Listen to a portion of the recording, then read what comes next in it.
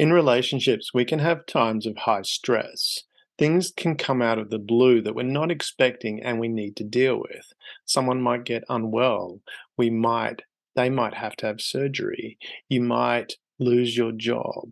All sorts of impacts can happen that cause a lot of stress to a relationship. What can you do to help in that situation? Are there things that you can set up beforehand to give you a strong foundation to operate from? What else could be put in place to help make your relationship stronger so it can weather those storms?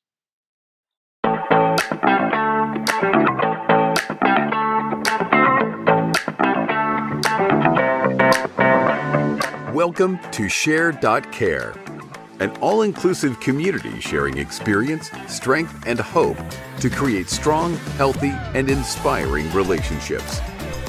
Share.care communities work toward every individual feeling safe, valued, and heard, free from the threat of danger, pain, or harm. Each episode, founder Damian Andrews explores the principles underpinning Share.care and invites expert special guests to share their knowledge so you can easily reap the benefits so many others experience. You hold the choice to create your future. Let it be with strong, healthy, and inspiring relationships. Hello and welcome to a Pondering Life episode of the Share.care podcast. Our belief is that global peace starts at home. Feeling safe, valued, and heard gives you a foundation to confidently step out and make the world a happier and safer place for everyone. Because in today's world, it's in your own selfish best interest to help others. And today it's my great pleasure to have back on the show Jeeva and Sulojana Sam, authors of the book The Unbreakable Marriage. And we're going to talk about how to create a strong foundation so you can deal with situations of stress that might crop up in your relationship. Hello, Jeeva and Sulojana. It's wonderful to see you again. It's been a long time since we've had a chat. I know. Yeah. Good to see you too, Damian. Mm-hmm. And I'm glad you're recovering, Sulojana. Yes, I know you're unwell there for a little bit, but I'm glad you're recovering well. And Jeeva tells me in the pre-show that you're going to be back to full-time work soon. So, Yes. Yeah. I have to go see my doctor on Tuesday, and then hopefully, after that, we'll see. Back to full-time. Yeah.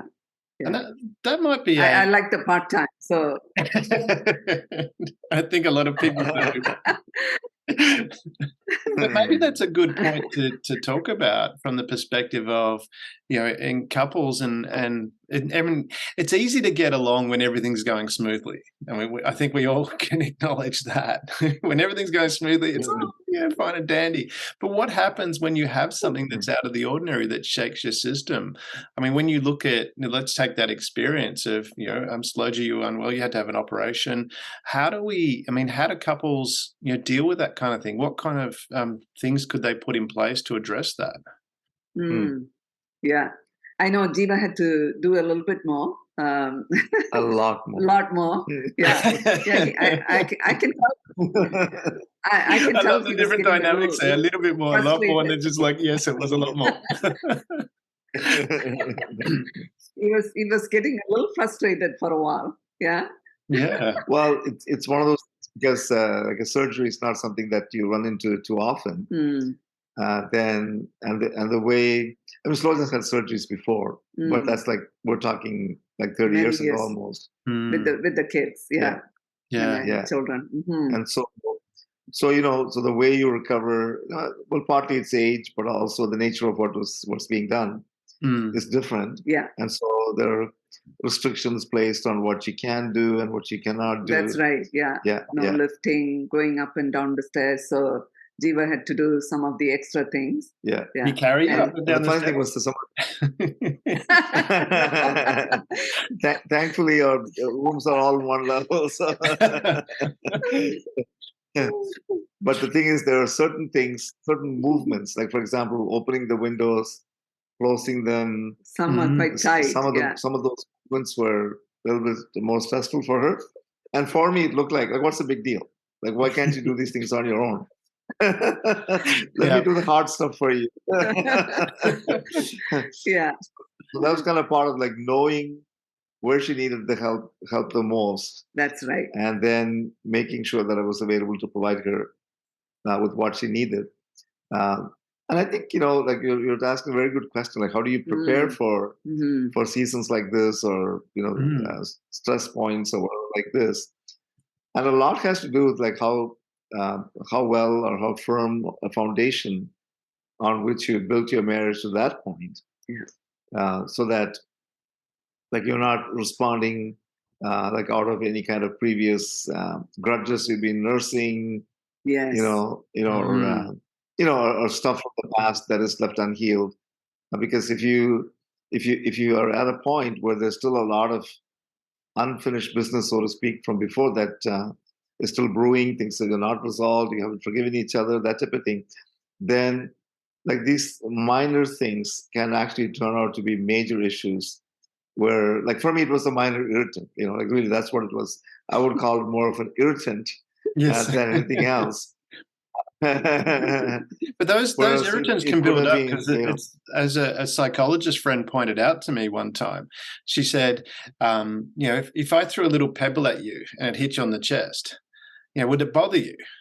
And I'm like, no. She said, what if I threw two? No. And she said, what if I did that all day? So there's minor little irritants.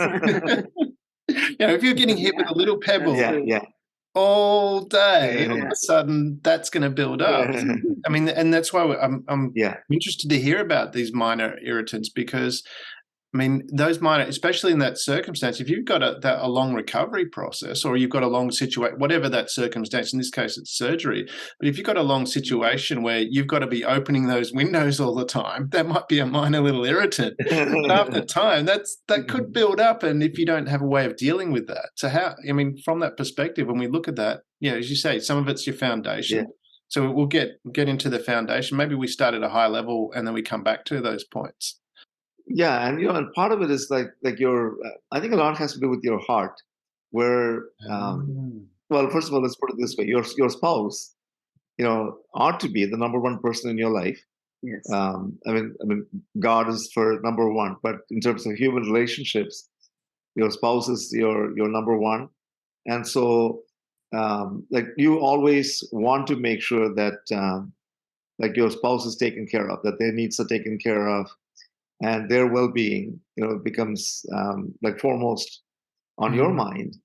And so when you function out of that priority, then you're going to make sure that the thing is, like even in this case of opening windows and stuff, I really, in my heart, I did not want Sulojana to exert herself, and put herself in a place where she could, end up jeopardizing, the good work that was part of the surgery.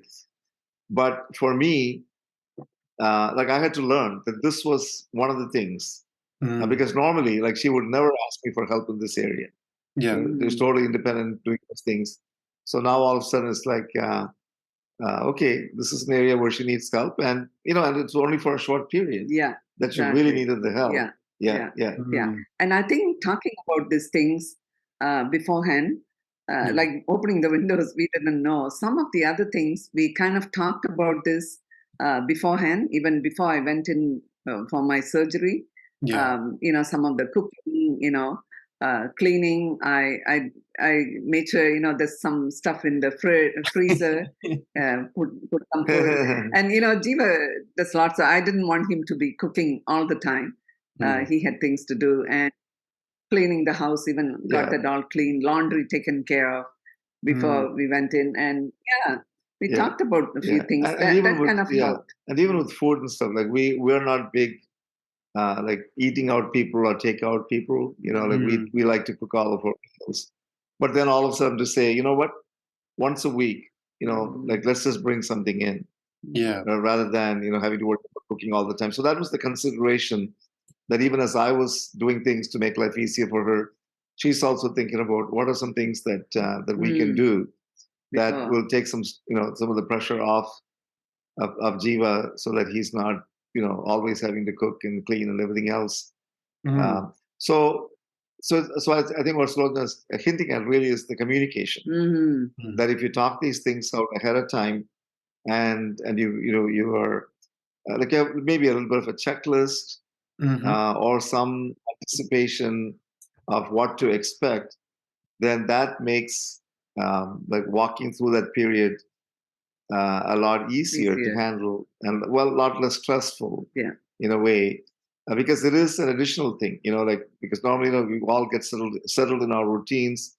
So I have schedules, I have certain calls to make, that type of thing. And then on top of that, that's the thing. As long as it's going to take a little bit of extra time. That's what was probably causing the irritant. I relate to that in relationships I've been in. Sorry, go ahead. You go. I know there's a turn. You talk, Damien. You talk. I was just going to say, because I relate to that from relationships I've been in, where someone will ask you to do something and it's a minor thing, but you've got a day scheduled out and you're doing things, and all of a sudden someone will say to you, "Okay, can you do this?" And it's like, "Oh God, I've got to," and it becomes that little irritant. But then you go and do it, and then it's okay, and you get hugs, and it all works out. I think there's a bit of a reward basis there that works as well. Certainly for guys, anyway. Well, I know for me it works, Yeah. Did I get hugs? I think thank you. Exactly. Well, those little because we've talked about this before, the 5 languages of love, and I know you reference that as well. And for me, it's words of affirmation work for me, like right off the scale. So telling me that I'm great at something. Exactly. Say, "Oh, darling, that was really wonderful that you did that." And I'm like, "Yeah, cool. All right, I'll do that. No problem." And it makes it all better, sort of. That's true. Yeah. I mean, how much? Because you've covered a number of points off there. You've got foundation of the relationship, where your heart is at, talking, planning, and change. I wrote down changing the systems, which is because generally, if you've been together for a while, you have set things that you do, and being able to change. I mean, we're creatures of habit. Sometimes change can be difficult, but being able to change those systems. Do you want to take it back to the foundation of the relationship? And how people can build up that, so that when we do have these issues, we've got a nice foundation to draw upon. I mean, because in your book, Unbreakable Marriage, and the advice that, because you work with couples and help bring them together, what are some of the foundations? I know one of the key things in your book, which I love, is you don't have marriage problems. You're 2 people with problems that you're bringing to the marriage. How does that fit within the foundation, and how can people proactively plan, from that perspective of going, okay, we're going to have issues in our relationship. We need to plan for how we build up our foundation to make sure that we can ride that road. Yeah, well, first of all, this is actually one of your 10 principles, which is to take responsibility personally. Yeah. And so, like, one of the biggest issues that we face in working with couples is, especially because they're coming to us at the point of giving up on their marriage. Yeah. That quite often their goal is to make sure that their partner changes. Like, they're not willing to accept any responsibility for them changing. But if you can just help my spouse change, yeah, because they're the problem. Yeah, they're the ones that need to change. Like, I do everything well, blah blah blah. So they kind of justify their behavior, and so one of the toughest things we find, without beating them over the head with a hammer, is to point out to them that as good as it sounds, like both of you have to change. And the change has to come from the inside out. Rather, you just can't make a few external changes. Like come up with a couple of blueprints to resolve conflict, or some technique to have greater sexual intimacy, and boom, everything's taken care of. No, because that's the premise behind the statement that you quoted a while ago about no marriage problems, but people with problems coming into a marriage. Yeah, and so those are really internal problems. It's a little bit like the roots of a tree, that below the surface, like, nobody pays any attention to the roots. Yeah. But really, if there's no fruit, if things are rotting on the outside, above ground rather, then the problem is below the ground. Yeah. And so that's the part of the foundational principle, is that, like, you need to fix the stuff deep below the surface before you can expect a lot of good things to happen on the outside. Yeah, you can cut down the tree, and if you just leave the roots, then after a while it's going to keep growing again. So we get to the the deep roots of the problem. So we call it the inner healing. I don't think too many people have heard about this kind of term. We usually send them to specialized people who go back even to the childhood, any trauma that they have gone through, or abuse, and all sorts of things, or any sickness. So those kind of things, they can go back and take care of those unhealed hurts. And sometimes people will tell us, well, no, I really haven't had any trauma in my life. I can't think of any abuse. And then, when you start probing, and especially these sessions that Sulojana's talking about, you all of a sudden begin to realize that maybe they did not have like one cataclysmic, kind of, or deeply tragic, or impactful, like one. It was not like one big event, but there were hurts that were inflicted repeatedly. It's like what we were talking about before, about the pebble, being thrown at your chest. If you just have it once every 7 days, you're fine. It barely impacts you.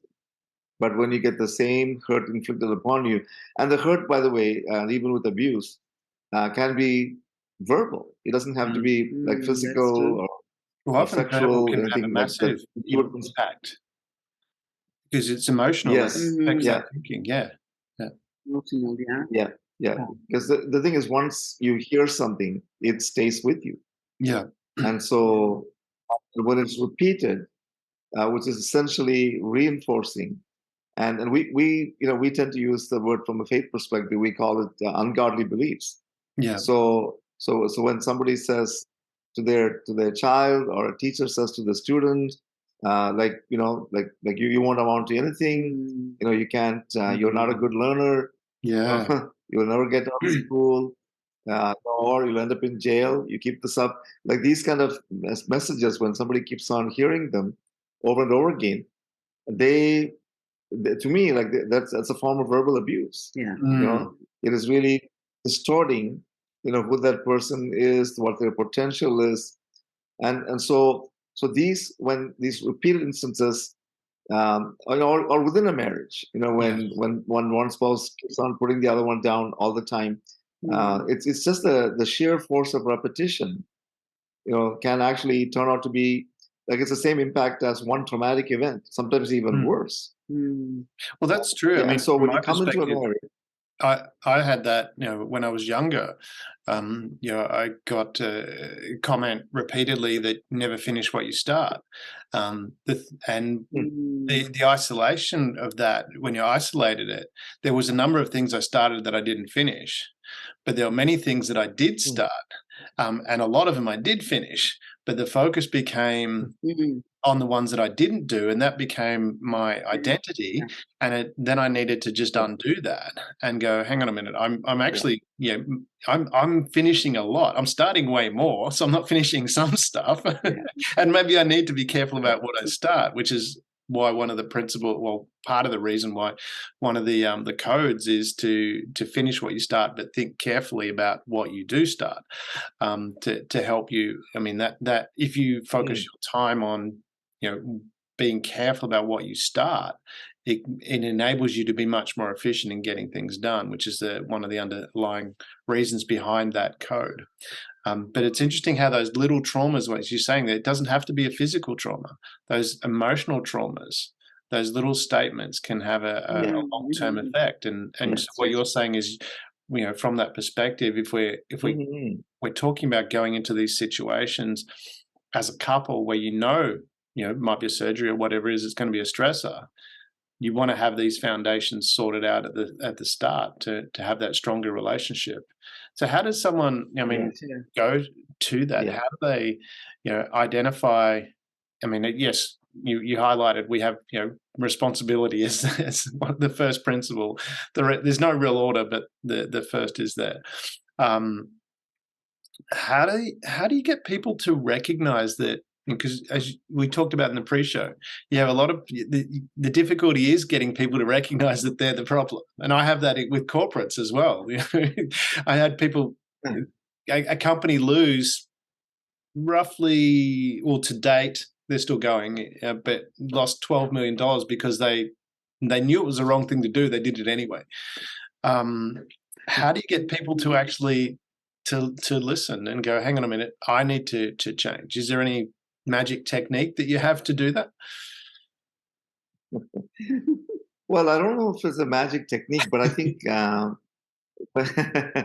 when couples have tried all sorts of things, to fix what they perceive as to be major issues in their marriage, and they haven't had success, because they become very issue focused. And so now all of a sudden, like we have to give them this insight that like you're focusing on the issues, you really should be focusing on yourself. Yeah. And how are you contributing to an issue, or what is it? Like, for example, sometimes somebody will say, well, I knew I shouldn't have done it, but I did it anyway. Which is like what you mentioned about in the corporate setting. Okay, so now we have to ask the question, now why did you do that? Like, why did you just willfully do something that you should not have done? And so there's something deep down inside of you, that is responsible for that, because as a rational human being, who has already even had that knowledge of what you ought to do, what is morally, ethically, proper, and then you like blatantly, ignore that and willfully engage in something that is, unlawful, immoral, unethical, whatever, and you kind of get the impression that, well, I couldn't help myself. Okay, why couldn't you help yourself? Yeah, it's because there's something deep at work in you. And so the question we always ask is, do you want to keep on repeating these mistakes, making these blunders over and over again, and messing up your marriage, your relationships even more, or are you ready to get to the roots of it? And Damien, we're in a bit of a privileged position in a way, because when people come to us, they're desperate, yes, for a breakthrough, and we won't take them on if they're not desperate for a breakthrough. Like, go find somebody else who can help you just, like glide through this period or whatever. And then because we also require them to, invest significantly, then they're it's like whatever we prescribe, like we're the specialists. Yes. So what we prescribe is something, even though they may not like it, they may think, oh, that's going to throw me out of my comfort zone. No, if this is the thing that's going to get us there, then we're going to do it, even if we think it's a little woo-woo. It's not right up our alley. It's not the thing that we were raised with. All those kind of objections. So people are motivated, and as you know, like somebody has to be motivated to change. It's the old light bulb talk about, how many psychiatrists does it take to change a light bulb? It's like only one. But the light bulb must really want to change. Yeah, exactly. The other thing too, Damien, when they first come to us, we tell them right off the bat, you both need to change. It's not one person, because we know usually they are coming with the mindset, in the beginning when we first started this, we noticed that one person would think it's the other person. So we tell them, both of you have to do all this homework. You both need to change. We always, don't, and they come up with stories. Sometimes one person would call us and tell us, oh, this and this is happening. But we always tell them, we want to hear both sides of the story. So it's all equal. So sometimes it's easier for us to tell them right off the bat, you both need to change. And nobody's perfect, so we all make mistakes, and especially in a marriage, you both contributing to the problem and issue. So you both need to change. So it's a little easier, but I know in a corporate setting, it might be a little bit more difficult, but if you know somebody else, someone, quite well, it's good to step forward and tell them the truth, and but I challenge that part about not being perfect, because I look at myself and go, yeah, I'm perfect. See that mistake that happened there? I perfectly messed that up.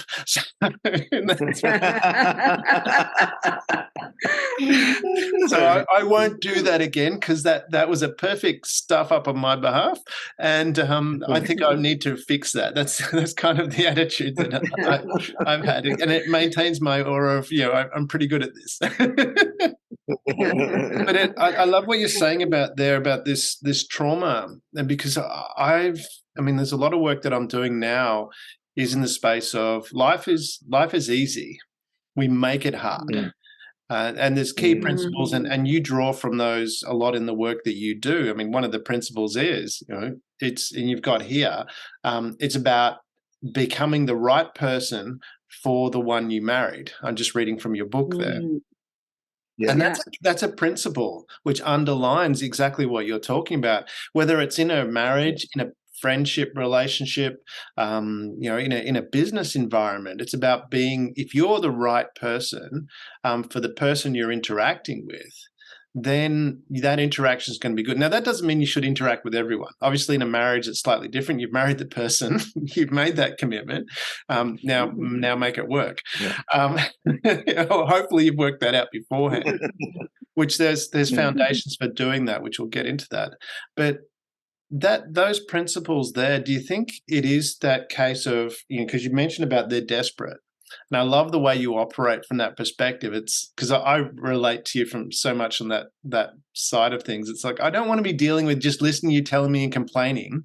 When are you really motivated to do something? Because the reality is it's actually pretty simple if you just do it. Is that what you find once they realize and they get to that point of utter desperation, they then start to realize that it is actually pretty simple? Or, once they work through those issues? Yeah, the thing is, when people give it an honest effort, and one of the things that we insist on is accountability.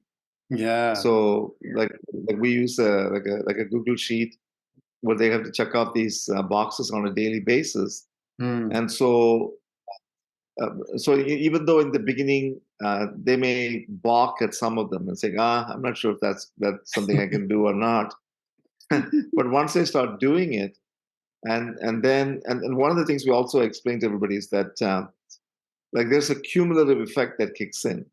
And so you cannot start a new habit today and expect to find results tomorrow. Yeah. And so, so you have to work at it, let things pile up in a good way. And then you begin to, it's like developing a muscle. You just don't develop a muscle overnight or with one trip to the gym. Yeah, which I had hoped would happen, but that's never happened yet. But I'm still working on that myself too. Yeah, it doesn't happen. Although it's surprising how little effort you can actually start getting results. But yeah, you can't go to you're not going to walk out of the gym after day one and look like Arnold Schwarzenegger. Exactly. But if you did even like 10 push-ups or whatever day.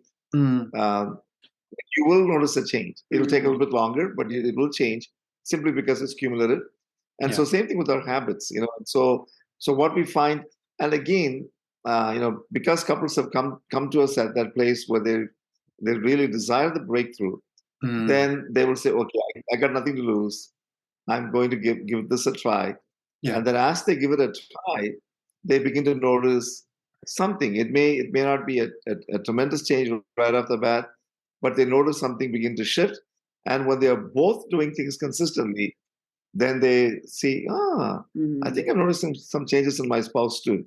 And so now all of a sudden it's like, okay, this is working.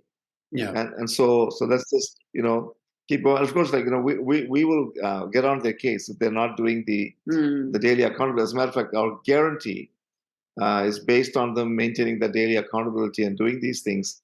So we just point out to them after a while, look, you're being just a tad too inconsistent. You're voiding the warranty now. the guarantee rather. And so Yeah. so you better get back on track here in the next 3 days. If you want us to guarantee results, because you're putting us in a place where we cannot guarantee results if you're not going to be doing the work consistently. So it's a little bit of a, the carrot and the stick, type of thing that that we have to hold for them to get them. Yeah. I love that warranty analogy. I think once they start doing things, then and realize the importance, and they notice a little bit of change even, then they'll keep on going. Some of the stubborn ones, they just need to find out for themselves that they do need those things to see the changes in their marriage. And one of the things we actually tell them right off the bat, because our weekly mentorship sessions are for 12 weeks consecutively, and so we basically tell them, like, in the first 4 to 5 weeks, do not expect any any major change in your marriage or in each other, because there are some things that, and again, it's the premise that we started out with, where you have to address the problems that you brought into the marriage as a person, and that takes time, and so you have to give yourself that 4 to 5 weeks, sometimes a little bit longer, to address them honestly. And when you give it as like a sincere effort, then at that point, we begin to see like some of the hard shell starts to crack. There's a little bit more of softness towards each other at that point. Now we can teach them some stuff, and they'll actually be able to apply it. Whereas before, they could learn some things, but they could not apply it without getting into another fight or without blaming each other. Because the lens through which you look at your spouse, frankly, quite often is that they're your enemy. And so they can't do anything right. And if you look at them that way, then obviously you're not going to make much progress. Yeah, I love that analogy you just talked about, the lens, because I was going to ask you from that perspective of the focus of what happens and what you focus on, you see, because obviously, I mean, and I want to approach it from two aspects if we can. One is people that are already married or in a relationship, a long-term type relationship. Marriage is long-term, but some people for listening may not be married, but they're in a long-term relationship. But I also want to go back to that dating side of things as well, when you're actually looking for a partner, because what I love about the two of you is, and for those that haven't heard before, listened to previous ones with you were in an arranged marriage. Your parents are, but what I love about that story is there was a lot of work done by both your parents to find similar values, similar things that you connected on. And as far as building that foundation goes, when we have, and whether it's deliberately set up. So people, what I wanted to cover is from the start of people looking at getting into a relationship where they're not arranged by their parents, and then parents have done the work. You've got to do the work yourself. So you're going to have to work all this stuff out. And so this is where it's important to know what's important for you and what's important for you in a partner. And then what I wanted to touch on as well is one, identifying that, but also to what we focus on, because that's why I said the lens, the person becomes the enemy. And I know this from my own perspective of we get what we see. And because I'm an anally retentive, when I was driving, I used to get frustrated that I'd get all the red lights. And I go, I'm getting all the red lights. And something in my brain clicked and went, hang on a minute, are you getting all the red lights, or are you just, is that what you're noticing? And said the anally retentive kicked in, and I had a little notepad next to me, and every time I got a light, I went to a light, I ticked whether it was red or green because I couldn't help it. But after it became very clear that I was, very quickly actually, that I was getting lots of green lights, I was just getting frustrated at the red lights. So there was lots of really, really good stuff there. And I put that in the context of, I know of a couple, and or I heard the story, I can't remember where it came from, but it was a long time ago. And the specific story was she was upset that he was collecting these beer cans. He collected all these different beer cans, had this collection, and it was in the garage, so it wasn't in the house, but she just got it started to become a bugbear for her that he was collecting these beer cans. And the question was asked, did he collect them before you got together? And she said, yes. And it was like, hang on a minute. This person was like that before you got together. You obviously liked that person at the start enough to, whether you like the beer can collecting or not, but now this has become your focus. As you mentioned, this lens. How much of this one, and I know this is a big question, but maybe if we tackle it from a people in the relationship perspective, how much of that becomes that lens where you're focusing on things that, your focus becomes on those couple of little things, those red lights, as opposed to all the green ones that are there? And how do you make that shift for people that are in a long-term relationship? And then we can come back to the people dating and how they identify what's important for them. But how do you deal with that lens? Can you expand on that? Well, one of the questions we often ask couples is like, what drew you to each other?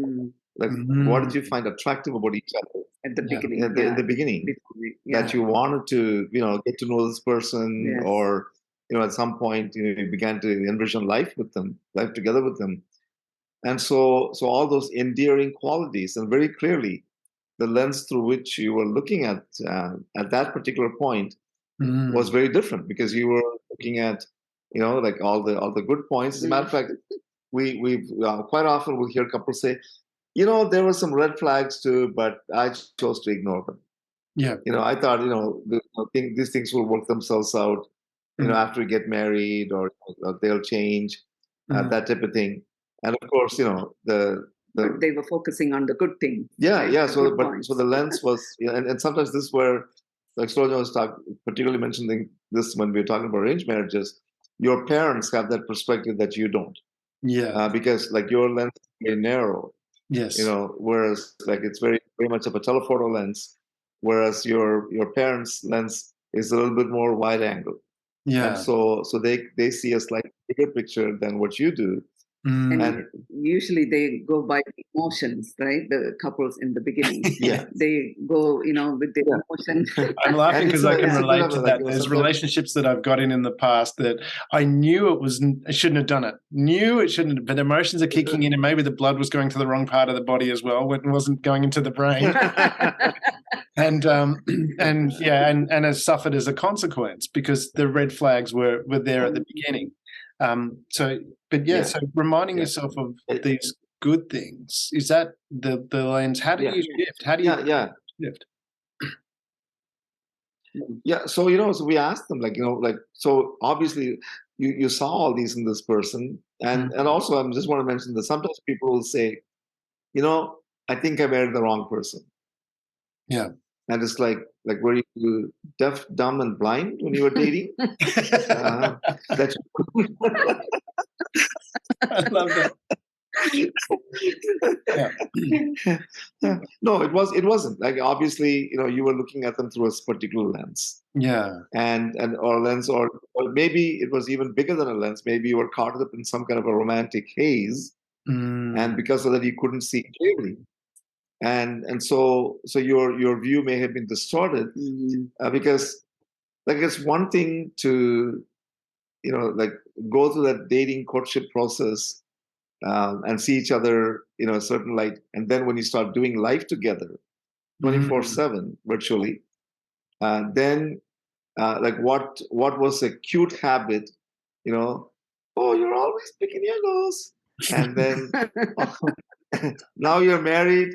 What kind of moron are you? You're picking your nose all the time.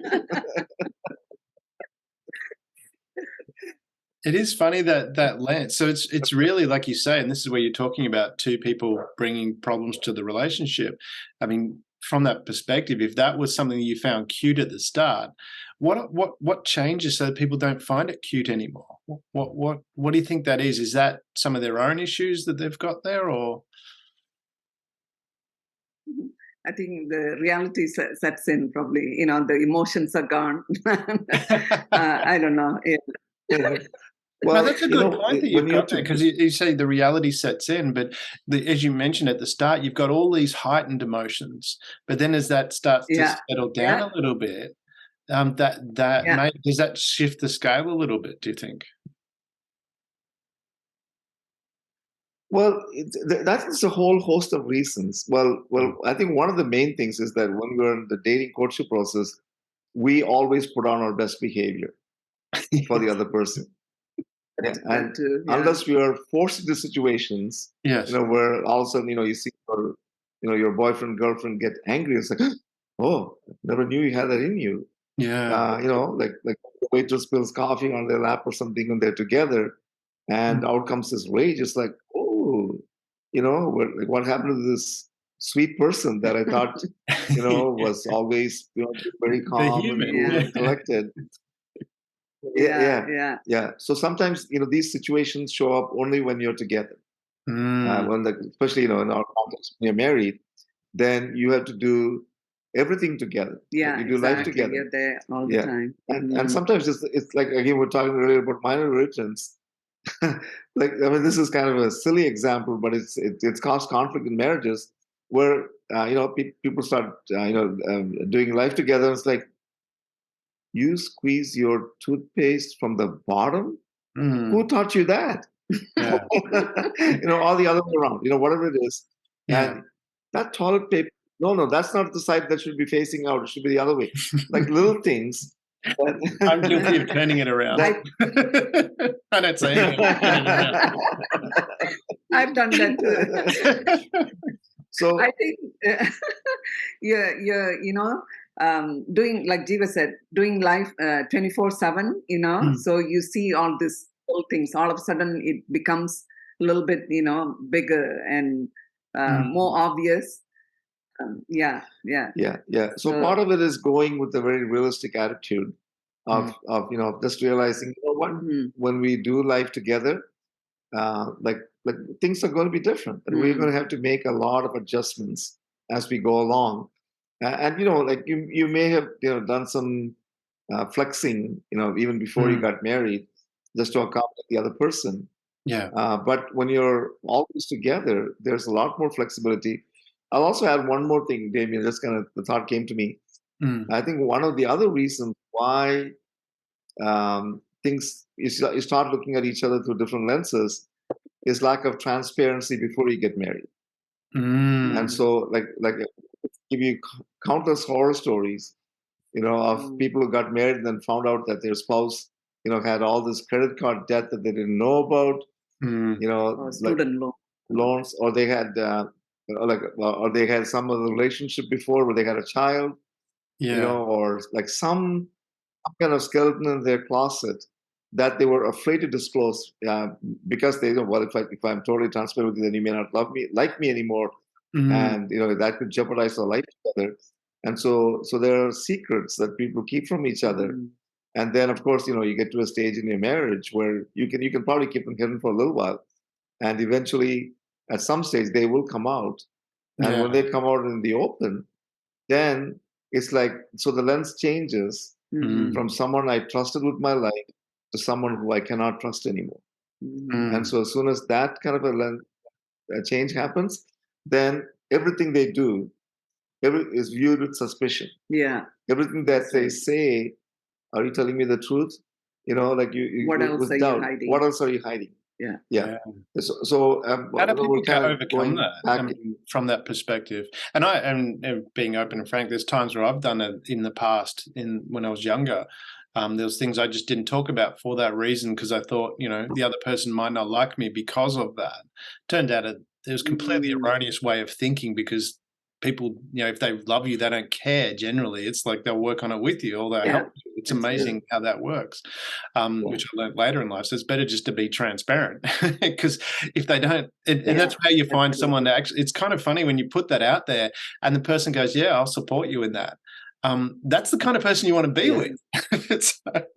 In my mind. Exactly.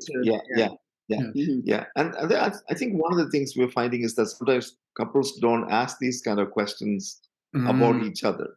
Yeah. They're just going to make assumptions, based on the car that you drive, the house that you live in. You got it all together. You don't realize that the $500,000 home has a $489,000 mortgage. Yes, exactly. There's a bit of logic. So some of basic things, logic. You need to put your Vulcan hat on, Dr. Spock. Just not logical. Yeah. So you need to, and again, and I mean, I was a pastor for over 35 years, and couples came to me to get married. We did a little bit of marriage preparation with them, but we never, like took them really deep, to a place where they, like we address all the areas, but when couples did not actually talk about some of these things ahead of time, and they had that, they had an atmosphere where there was the freedom, to lay everything bare, and say, hey, this is who I am, this is who I'm bringing, like even sometimes like family stuff, like people get married and there's like, oh, I didn't realize my in-laws were that awful. I didn't know they didn't like I've never heard that one before.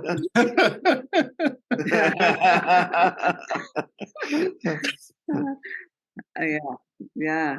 So you finish. Yeah. So I think some of them are these unwelcome surprises, that and shocks, frankly, at times, that could be avoided, if during the period, before you decide to get married, that you address them, that you get to know each other at that level, and ask for the mundane details. Hey, we're going to do life together. How are we going? Like a simple question a couple might need to ask each other is something like, so how are we going to handle our finances once we are married? That's important. Like a simple question like that. So, it's a loaded question, by the way. Okay, because now as soon as you ask, how are we going to manage our finances? All the financial stuff has to be transparent. Yeah, exactly. And so, okay, here's what I'm bringing in. Here's what you're bringing in. So like, how much are you paying towards your car? Like all these kind of questions, have to be talked about and addressed. And again, that doesn't change a person's mind about whether they're going to get married or not. But they go in with their eyes wide open, and saying, you know what, we here, if you had any delusion that you'd be taking, like weekends off, in exotic places every month, that's not going to be a reality, because there's probably going to be too much left at the end of the money, or we may just be able to put a little bit away. Like in other words, you're being realistic, but to be that realistic going into marriage. And I want to talk a lot about finances, but it unfortunately turns out to be a sore point that does not have to be. If you just took some time at a time, and if you're finding out, like for example, in our case, Sulojana's a saver, I'm a spender, and so, of course, we didn't know that. We didn't have a chance to know that before we got married because of the arranged marriage. Yes. But if you know going into marriage that once you get to know each other, that like we're very different the way we handle money, then one of the wisest things you can do is to seek out that help that you need from a impartial third party, and put some structures in place so it never becomes a source of stress. So anyway, okay, I'll let you say you had something to say. I was more of the previous question that you asked, Damien, if it's okay to go back to, when you said people, when couples come to us, they are so far gone. How do you see them to see the positive? I just wanted to add something there. One of the things we get them to do is the gratitude journal. So we tell them to write down something positive about their spouse. We get them to enter 2 different entries. Well, the first one is something general. What are you thankful for that day? It could be the weather, a phone call that you got, a conversation you had with somebody. The second one is about your spouse.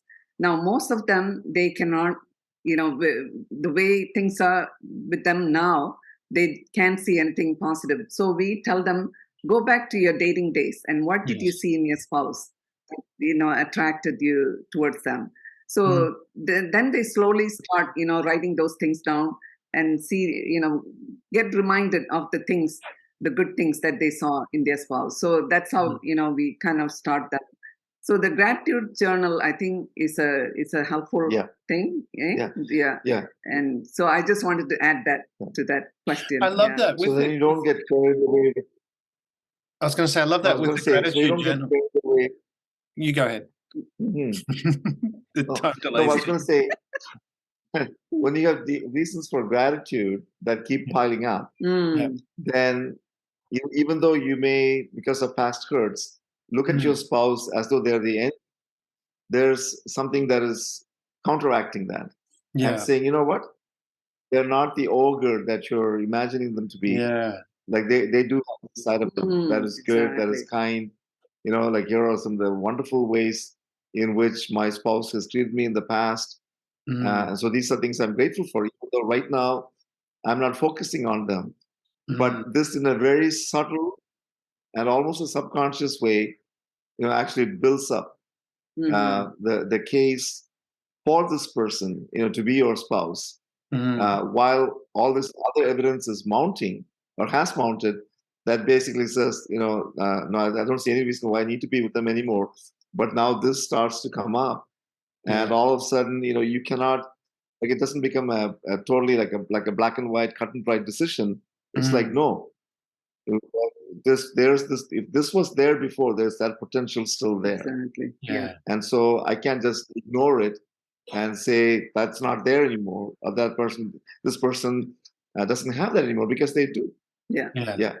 So that really helps that's the a very good point. spouses. Just wanted to add That's interesting, because you talk about that, and you mentioned about the lens and that same side of things, and love what you're saying about the gratitude journal and writing out that at least one thing you're grateful for about your partner, which helps shift that lens. So from that perspective, is that something that you take it as well, ask them to speak to the other person about that? Say, look, I really appreciate, or I love what you do in this, because I mean, I look at it from the perspective of, motivation. I'll use my son as an example, because I've never yelled at my son. I don't lecture him on what he hasn't done. I focus on what he does do that I like. If it's something, and as a result of that, I praise him for that all the time. If I see him doing his homework, I say, that's fantastic. Doing your homework is going to be great for this reason, whatever it is, it's going to help you set you up. I love how you took out the rubbish, appreciate that. I'll ask him to take out the rubbish and things, and ask him he cleans the bathroom and these kind of things. But I always make sure I say, I really appreciate that. Do you find, from that perspective, is that an instruction that you give people as well to then encourage that?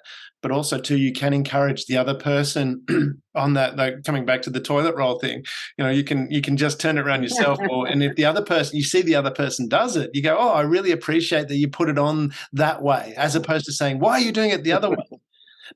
Is that a focus as well, or? Yeah. Well, with the gratitude journal, one of the other habits that we teach couples to develop is actually like pray together, every day. And so we always teach them to begin the prayer with thanksgiving.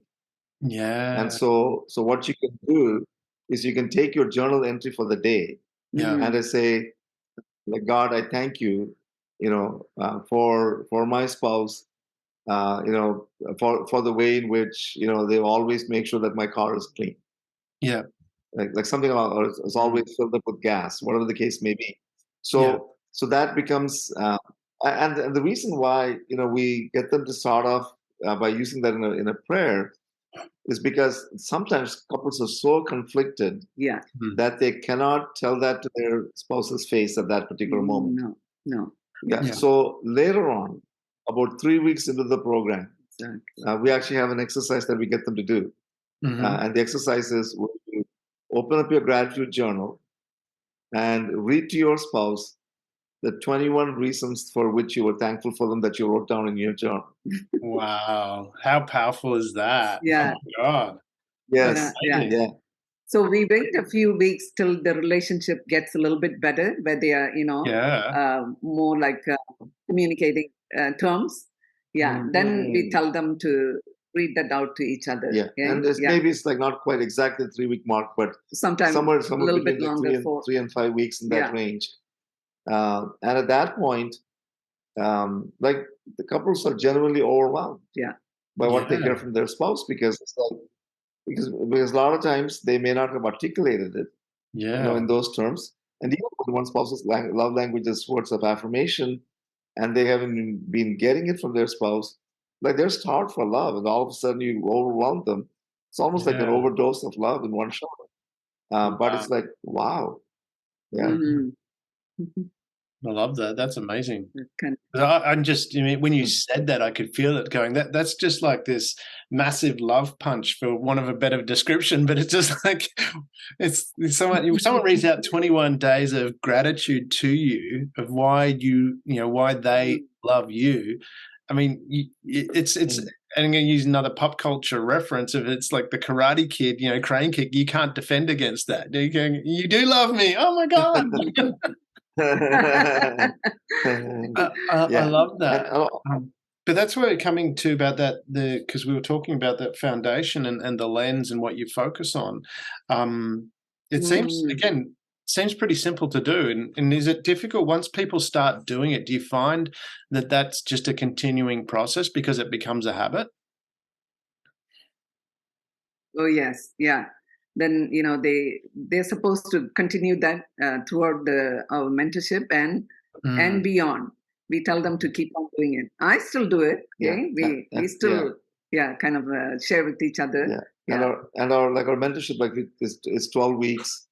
So it's like 84 days, but our gratitude journal actually has 100 pages.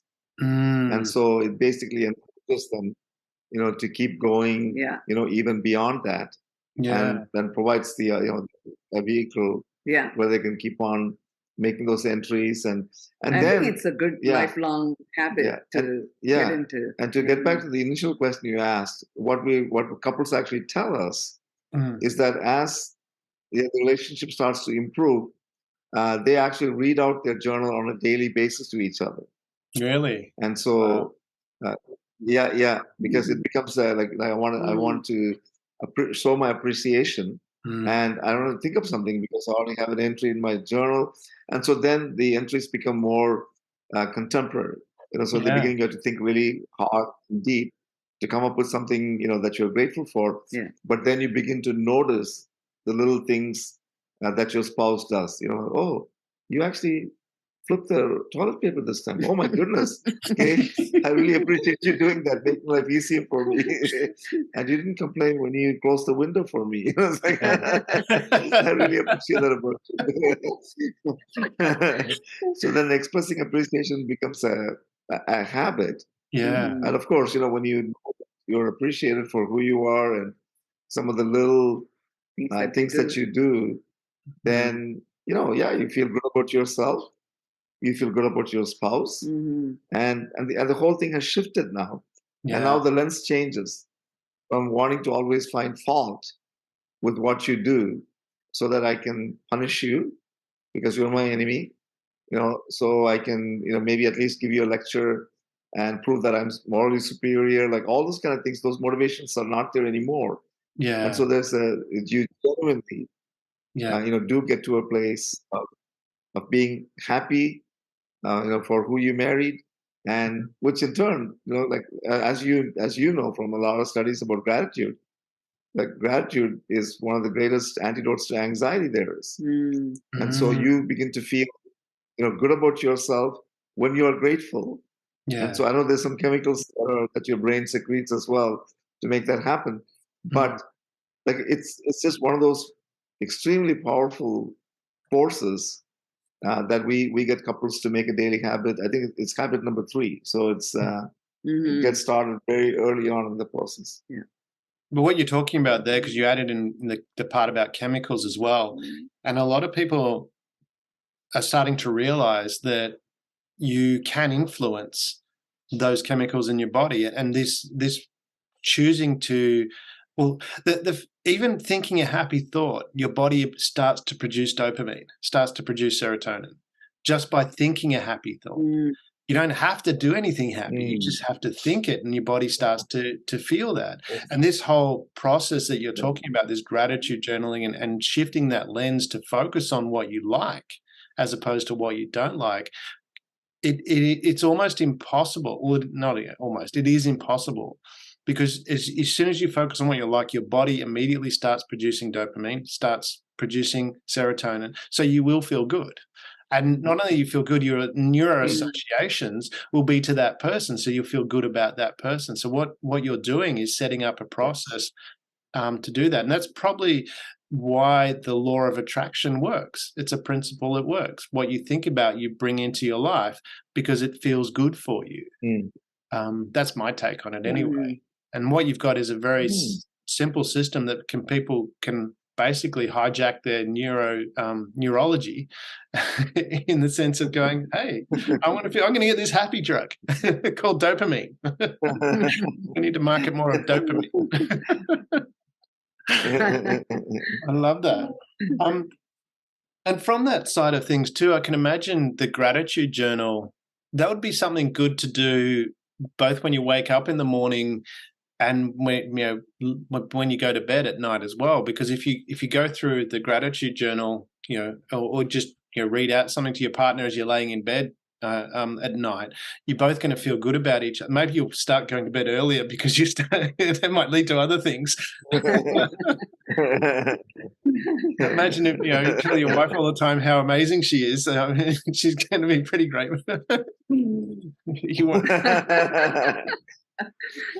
Well, it's like one of the things we point out to people is that like a lot of times, when you want something from your partner, then you begin to tell them how good they are, how nice they smell, like the outfit they're wearing, like all these kind of complimentary things.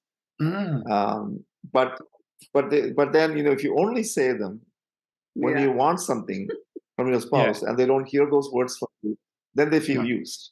Yeah. But on the other hand, if you make this part of your daily habit and that's the atmosphere in which you do marriage, then like it affects every aspect of your marriage, including the sexual connection. Yeah, I love that. From that perspective as well. A quote from Mark Gungos, another I'm not sure if he's still a pastor, but he used to talk about foreplay for a woman is a 24-hour thing. That's where you call her up during the day and say, "Hey, babe, I'm thinking of you," just letting you know. That's foreplay for a girl, for a woman. Yes, because she'll remember. We talk about these kind of words of appreciation as verbal foreplay. Yeah, throughout the day. Yeah, exactly. It makes a difference. And coming back, because I love this, this is building that foundation. Because you obviously started with that foundation. When you first got together, like you said, you had the lens of seeing all these rose-colored things. We'll put aside, whether you blocked out things that you shouldn't have blocked out, and we'll come back to those transparencies later. But you started with that. And then as you've gone on, you started to focus on the things that you didn't like, which again, this comes back to what your foundation is it being the right person for the one you married? Because if you've started focusing on, those beer cans were cute, or the picking the nose was cute, or whatever it is was cute, and then you've shifted, this is again what you're talking about. You're bringing the problem you're creating a problem in a sense, isn't it? Whereas you can shift back by this process of changing your habits. Do you find people, once they realize that it's difficult for them to change, or they go, that makes sense now? Well, when they first hear about it, they say, that I don't know if we can do that, because it looks difficult and foreboding. But then when they actually start doing some, and even with the habits, like there's 10 habits that we teach in the process in the book, but we also give them 2 weeks, to get used to doing those 10 habits. Yeah. And so at the end of the 2 weeks, we say, okay, now we want you to check off every box every day on the Google sheet that we're going to monitor, and so then the consistency becomes important. Yeah. So because we also don't expect them to add all these habits like literally overnight, there's a grace period to get used to it. I have to keep them adding them slowly, and they'll go at different paces. Like sometimes we'll find, like I'm even thinking about some of the couples we've been working with recently. Like more often than not, one spouse adapts to them very quickly, and will check off every box right off the bat, and the other one will be a little bit slow, hit and miss, and then all of a sudden the consistency kicks in, and we begin to see change. Like it's happening right now. We're working with 4 couples And we've noticed that the ones that do them consistently, the change is like, it's just inevitable. Yeah. And so, but they have to realize that. But so that's why we put when we said your guarantee is based on you filling these out, really, our secret agenda is that if we can find a way to get them to do it consistently, they will start getting results. They will start noticing the change. But the way that we have to motivate them to do the change is that, hey, you guys do this, the warranty is good. If you don't do this, we can offer the guarantee. Okay, we'll do them. Now, the other thing I was going to add. Go ahead. Oh, okay. The other thing I was going to add to that is, when you're married, it's good to listen to your partner, what they are saying, what they like, say, the papers. One example I was going to use is, Jeeva likes to leave papers all over. So I should use another example. Like he likes the laundry done on time. Yes. I'll use that. And so, it took me a few years. Sometimes he will say, I'm running out of this, say black T-shirt. Now I know, I listen to him, and okay, that means he's saying, get that laundry done. So it's good to listen to your partner, what they're saying, what they like. Say, okay, then get the, laundry on time that he needs. And I know the paper lying all over is something I don't like. Jeeva, knows that. Now he's good. When the mail comes, he goes through, and whatever needs to go in the garbage, he tries to throw it out. So it's good. I was going to say, listen to each other, what they are saying. You cannot change overnight, but at least try to take those little steps. Okay, he doesn't like the floor dirty. Okay, I'll make sure I'll get it swept. And because if you love that person, you want to make sure you're doing some the things that makes them happy or pleases them, right?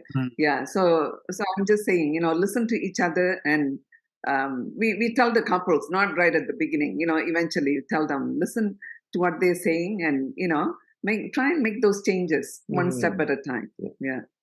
I love that, because it's ironic you mentioned listening, because that was the question I was going to ask about listening, so that we're on the same wavelength.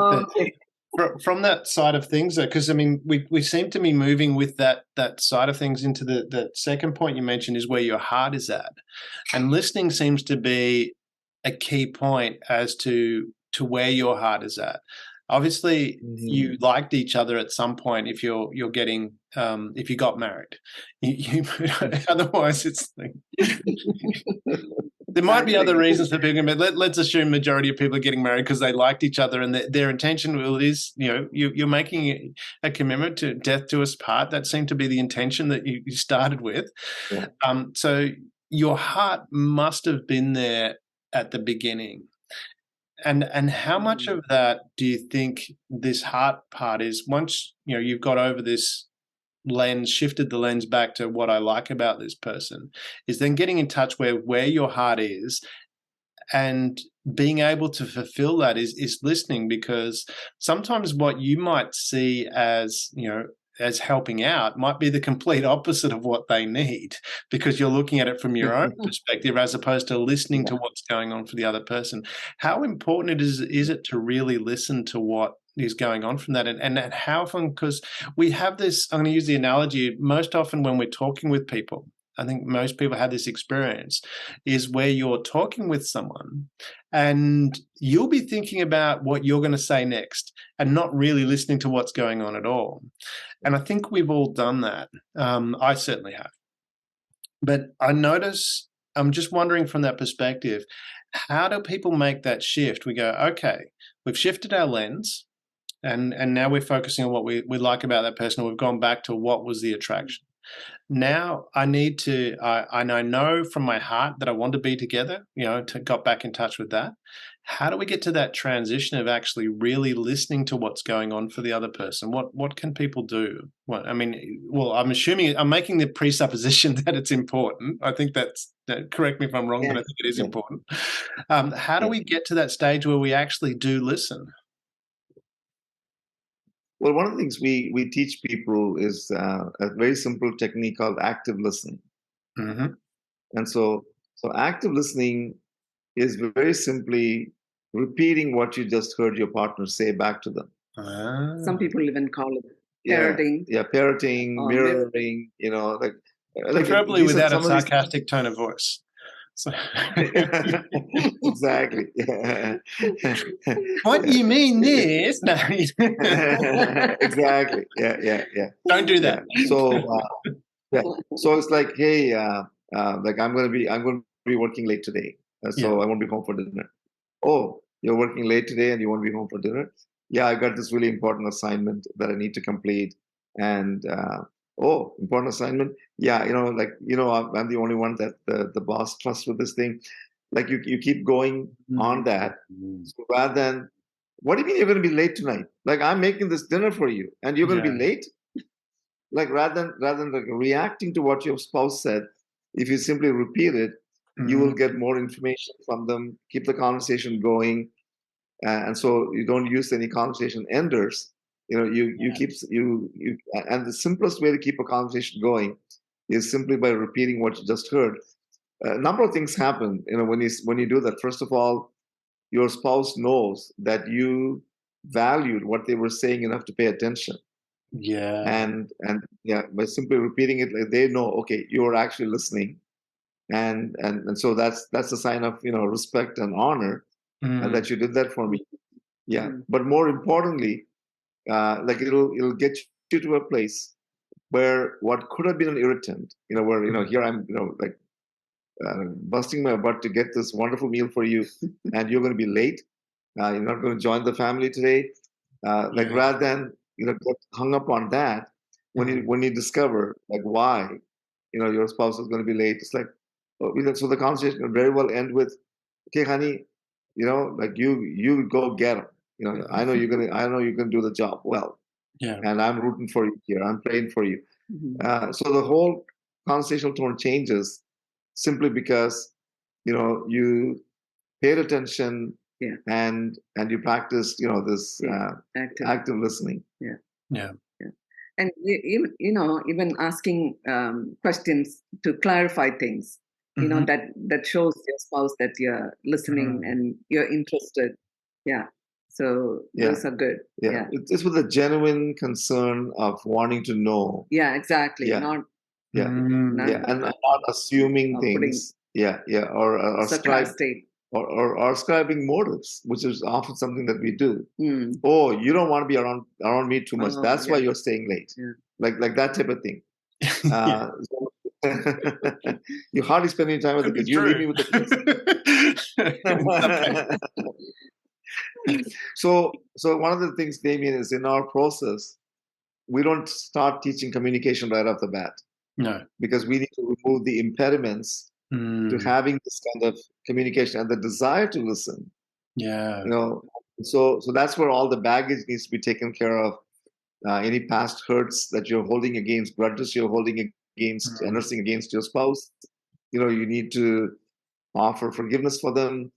You need to move towards a process of reconciliation, which these are, all like individual chapters in the book. And, we could probably do 2-3 hour sessions on each and every one of them. But once you get through that, now you get to the point where you will actually listen and you will not be hindered, by these hurts, and your lens has shifted. And so now this is really a helpful way. Yeah. And one of the things we have in our book, right after we teach active listening, is actually a series of exercises. They're actually questionnaires. Yeah. So the questionnaires start with something very innocuous. Yeah. Like, for example, like if you want an all expenses paid trip, where would you go? Yeah. And so, like, there's nothing contentious about that response, because you just say, I've always wanted to go to Australia. Okay. Yeah. And of course, you always want to go to Australia, rather than saying, why would anybody want to travel all the way from here to Australia? Yeah, they got big spiders and snakes and stuff that eat you. I've heard some people say. And guys that call you might, no. Exactly. No, but it's like, oh, you always want to go to Australia. Tell me more. Mm-hmm. Well, whatever, right? So you can keep the conversation going. And so in the process of asking some of these like innocuous questions that do not carry, any other overtone, then you actually also get to know your spouse. Yeah, exactly. Like at another level, at a deeper level. Mm-hmm. And the questions, like every questionnaire takes them a little bit deeper. So then after a while, you can talk about how are you like your mom? How are you like your dad? Yeah. Like that kind of, you get a little bit deeper. So again, what we really emphasize is your goal is just to listen, with empathy. And if you're asking questions, which you should, it'll be for clarification. Exactly. Not in a kind of a combative tone or sarcasm, which will kill the conversation. Yeah. But just keep conversations going and get into the habit of doing this, because then your spouse will want to talk to you more. Yeah. Because they know that when you talk, they will listen. Yeah. And they will not, condemn you or criticize you simply because you hold a contrarian view or something that might be a little bit out there. No, they will want to know. Tell me more about it. Not even ask, why would you do that? No, tell me more about it. Yeah. You really like kangaroos? Okay, all right. Yeah, I love kangaroos. Okay, why?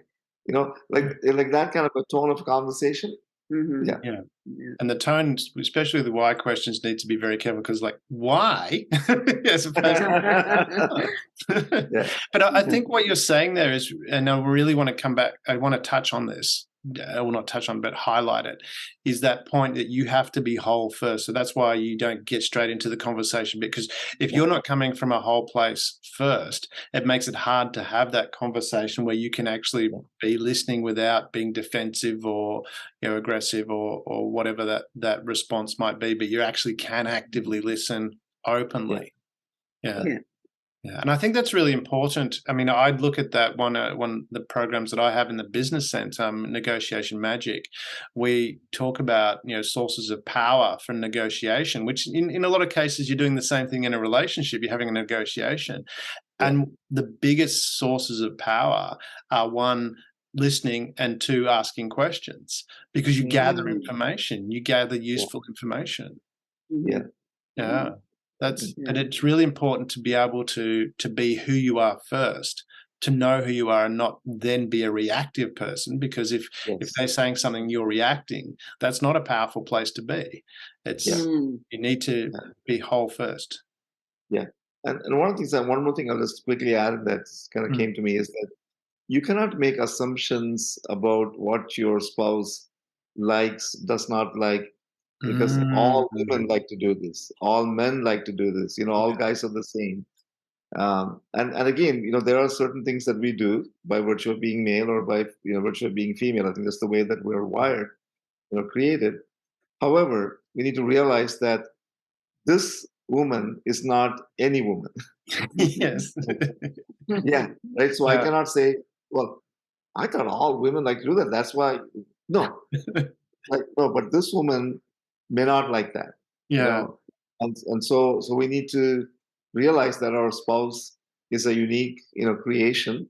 Yes. And so they have their own, preferences, quirks, idiosyncrasies, likes, dislikes. That maybe, the women that you grew up with, like in your household, for example, your sister or your mother didn't have.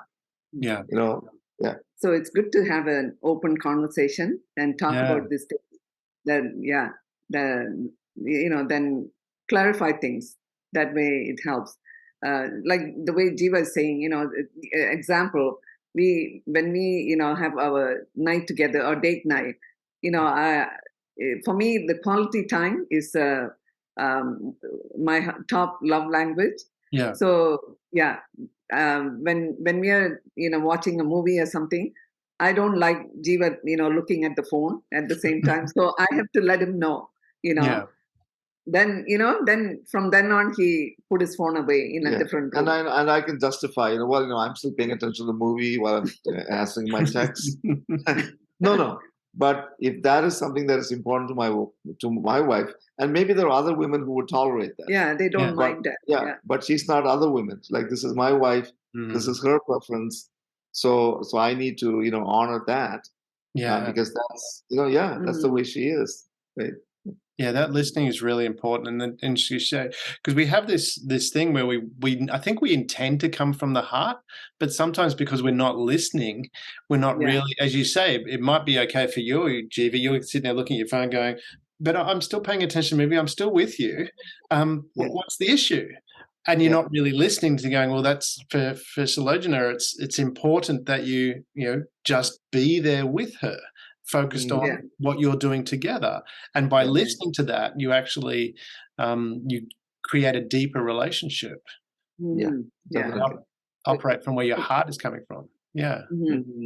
Communication is important. Let your partner know what you like, what you don't. And again, the way you respond to something that your spouse prefers to do has a lot to do with what's in your heart.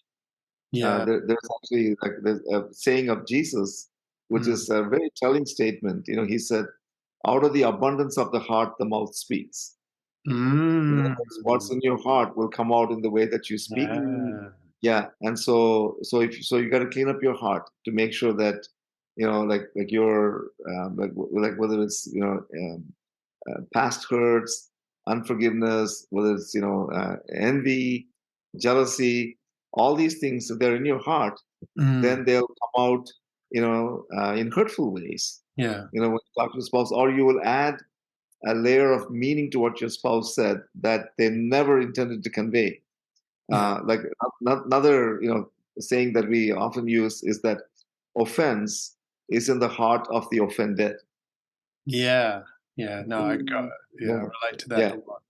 Like, rather than saying like, no, you caused that offense. No, I took offense to what you said. So something is in me that made me caused me to take offense. So what is it in me? A mentor of mine really drove this home to me one time when he said, when I get upset, somebody says to me and I get upset at something, at what they said, I always ask, what, rather than asking, what made them say that? I always ask myself, what made me respond that way? So again, you switch it, to say, there's something in me that I need to address. Maybe I'm holding something against them that I haven't forgiven, or it might be something I'm holding against somebody else that I'm not taking it out on her. So I need to take, going back to what the principle of taking responsibility, but also recognizing that like when you pay close attention, you just take it for take what they say for what it is, and to prevent adding any kind of interpretation or misinterpretation. Often it's a filter. Again, we use a lens, a filter through which you see them. And maybe we'll carry that analogy. If the lens is clouded with something, then you're not going to see clearly. So you got to get that lens cleaned, or that filter completely blown dry, clear rather, so anything that is blocking that communication from being received in the purest form is also addressed.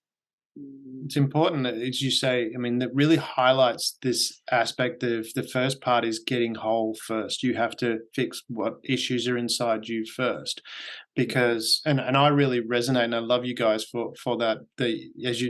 I put it in the context of someone can't offend you. You can be offended, but that's your choice. And I love that from that principle. But to be able to for you not to be offended, you have to be a whole person, because at the end of the day, it doesn't matter what someone says. It only hurts you if you partially believe that could be true. Yeah. It's like, I mean, I look at it from the perspective of if someone was to call me a balloon, I'd be going, nah. And I put it in the same context. If someone called me an arsehole, I'd be going, that's kind of like calling me a balloon. I know I'm not. I might sometimes behave like one, which I have done from time to time, but generally I avoid that. And if my behavior needs some fixing, I will deal with that. How much of that, from that side of things, because we're circling back to this fixing yourself, but when we're talking, because it relates to operating from your heart, and we're moving into communication as well. How much of it is separating the person from their behavior and going, okay, I love this person. I believe their intention is good, or maybe you don't, but I love the person anyway. I believe inside that they're a good person. They must have been because if you've married someone you think's an arsehole, then you've got a real problem, I think, personally. So obviously you thought that person was good at some point. Yeah.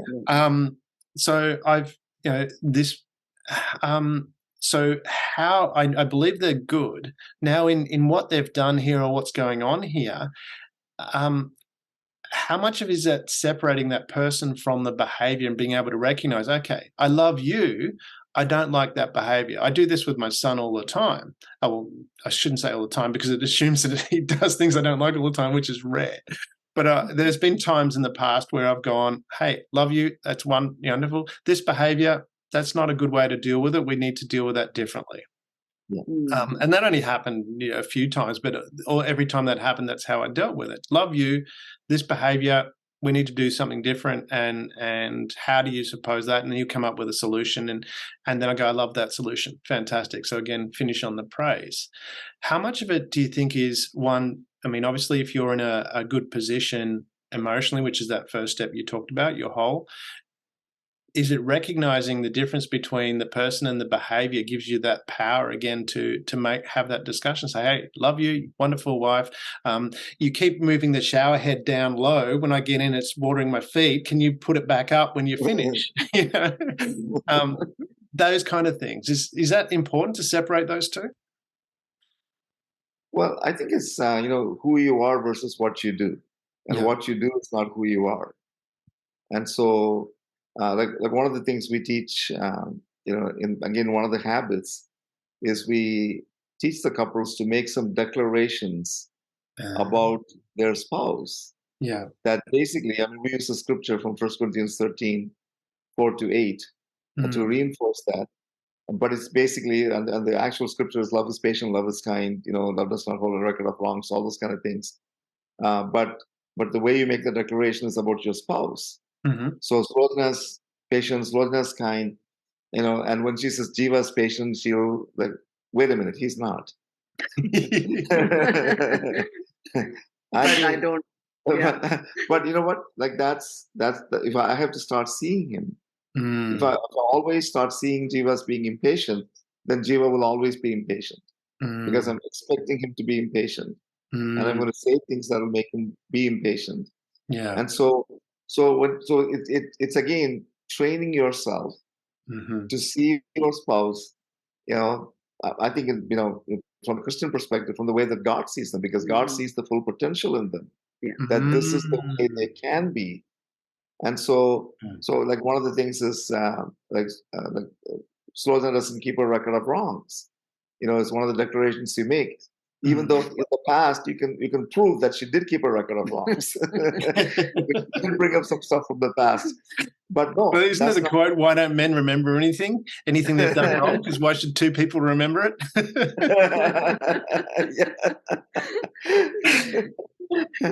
So in other words, like if you are always expecting the best and you're making that declaration, then when you look at them and they are doing the opposite, it's like, no, but that's not who she is. Yeah. See? Yeah, like to put it in a very general term, like she's a good person, a good-hearted person who sometimes does some things, that are hurtful, or sometimes does things that don't quite like please me, that type of thing. Yeah. I was also going to add, we teach our couples in communicating the two phrases. Like you were saying, I don't like the way you had the shower head down. So let's use that example. So you can say the two phrases are when you and I felt. Yeah. So yeah, when you did that, I felt like you're not taking into consideration my liking where the shower where the shower should be. So yeah, when you say it that way, just the tone, it's when you and then you're expressing your feeling, how you felt. The counseling realm, they call them I statements. Yes. So you're pointing out what somebody did wrong. Like, you're not minimizing it or ignoring it or glossing it over or like giving them a free pass. You need to point out to their spouse exactly what they did or said that was hurtful. But rather than getting into a blaming, accusing, condemning, criticizing mode, you let them know the impact it had on you, especially at an emotional level. And when somebody says to us, "Hey, when you did this, when you said that, when you went, you booked a holiday with your buddies without letting me know about it, then I felt ignored, like not important, like all this kind of stuff." Now, when your spouse hears those words, they have to pause and say, "Oh, you felt all of that. I didn't really want you to feel that bad." Yeah. But if that's the impact, now it gives you motivation to say, not to justify it, but to move towards, okay, how can I admit that? First of all, to admit that, yeah, I did do that. Now that begins the process of reconciliation, so it doesn't put you in a defensive mode. Yeah. Because if you simply accuse, condemn, blame, etc., then the person who hears it, like their guard will go up and they'll immediately start defending why what they did was right and why you had no right to question it. Yeah, it takes a little bit of practice, even now, I sometimes forget and just say, "Why did you do that?" So yeah, so instead of, I have to remind myself, when you did that, then I felt, so so it works well, because just the way the tone, it just calms you down, calms your partner and yourself. So, and then you can have a good conversation. It's lovely because we're moving in, and I can see how the progression flows. Firstly, you've got to fix you, then you've got to operate from your heart, where your heart is. Then you need to communicate that, which is what you're talking about.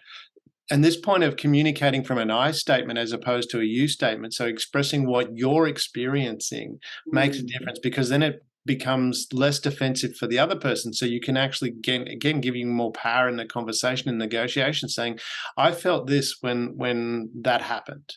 That then gives the other person the ability to respond in a less defensive manner, instead of "you did that and I feel bad." It's like, "I felt this because, again, you own the behavior," or "I would prefer this situation. I would prefer you put the shower head back up," or "I would prefer you squeeze from the middle of the toothpaste because it gives a nice little whatever it might be." It's amazing how much more power that gives you, though, in that conversation. To do that, is it difficult for people to make that shift? Do you find, do they become aware of that fairly quickly and notice that? Because I'm just wondering where the dopamine kicks in, because as soon as we start getting that dopamine rush, all of a sudden we start to do things and go, "Oh, no." It takes them a little while. We always tell them, or write it on a piece of paper and keep it somewhere as a reminder. Then you'll. And in our sessions, we actually will give them an opportunity to practice. So, what is the hurt that you experienced today that you haven't addressed yet? Here, why don't you tell your spouse right now? In this formulation, and then see how they respond. And they're like, when they do that, they're surprised that their spouse all of a sudden is like, "Oh, you didn't jump on me, all over me," and you actually paid attention to what I said, and you're responding in a soft way. Like that response is not the resolution, but that response actually prevents escalation, of the conflict. Because if you respond with something that is like maybe a punchback, or something that is really defensive, neither of them is going to lead to anything constructive. And so, yeah. And now, one other thing I'll mention, Damien, and we probably have to end the conversation here soon. So one of the things that what we're finding is that when we teach both a husband and a wife these things, they're both on the same footing. They both have now access to the same information, the same technique, the same I statement, whatever, the teaching of the heart, everything. And so as soon as your spouse starts saying, when you, yes, you know exactly what's going on.